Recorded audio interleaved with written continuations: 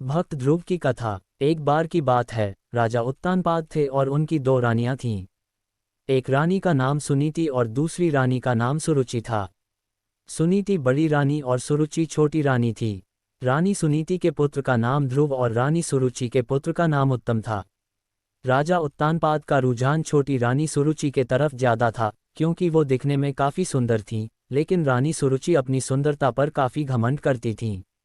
वहीं बड़ी रानी सुनीति का स्वभाव सुरुचि से बिल्कुल अलग था। रानी सुनीति काफी शांत और समझदार स्वभाव की थीं। राजा का सुरुचि के तरफ अधिक प्रेम देखते हुए रानी सुनीति दुखी रहती थीं। इसलिए वह अपना ज्यादा से ज्यादा वक्त भगवान की पूजा अर्चना करते हुए बिताती थीं। एक दिन सुनीति के पुत्र ध्रुव अचानक अपने पिता राजा उत्तानपाद के गोद में जाकर बैठ गए। वह अपने पिता के गोद में बैठकर खेल ही रहे थे कि वहां छोटी रानी सुरुचि पहुंच गईं। राजा के गोद में ध्रुव को बैठे देखकर रानी सुरुचि को गुस्सा आ गया। रानी ने ध्रुव को राजा के गोद से नीचे उतारते हुए कहा, तुम राजा के गोद में नहीं बैठ सकते हो। राजा की गोद और सिंहासन पर सिर्फ मेरे पुत्र उत्तम का अधिकार है। यह सुनकर ध्रुव को बहुत बुरा लगा। ध्रुव वहां से रोते हुए अपनी माँ के पास चला गया। ध्रुव को रोता देख माँ काफी चिंतित हो गई और ध्रुव से उसके रोने का कारण पूछा। ध्रुव ने रोते हुए सारी बात बताई। ध्रुव की बात सुनकर माँ के आंखों में भी आंसू आ गए। ध्रुव को चुप कराते हुए सुनीति ने कहा, भगवान की आराधना में बहुत शक्ति है। अगर सच्चे मन से आराधना की जाए तो भगवान से तुम्हें पिता की गोद और सिंहासन दोनों मिल सकते हैं।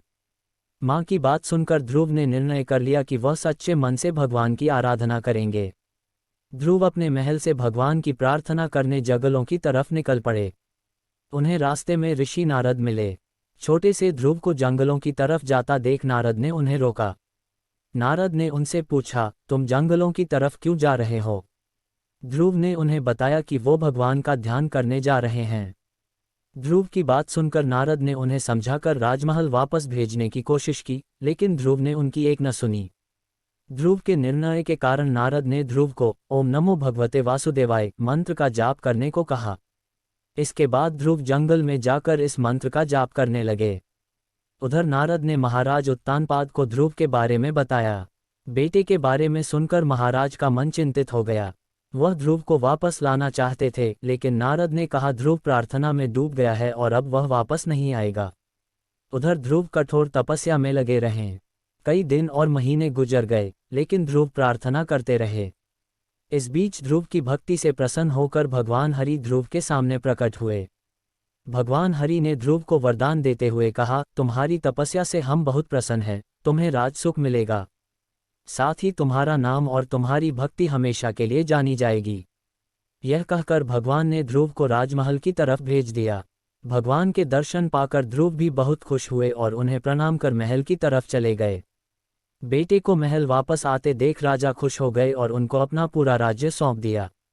भगवान हरि के वरदान से भक्त ध्रुव का नाम अमर हो गया और आज भी उन्हें आसमान में सबसे ज्यादा चमकने वाले तारे ध्रुव तारे के नाम से याद किया जाता है।